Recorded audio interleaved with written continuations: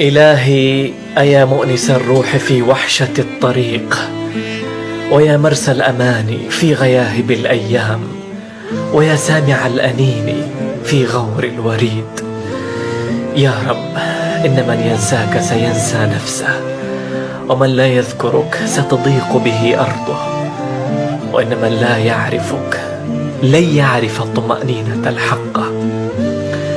يا رب، احرسنا من يأسنا، وجدد عزائمنا، وأنر ظلمتنا، واحلل أوشاجنا.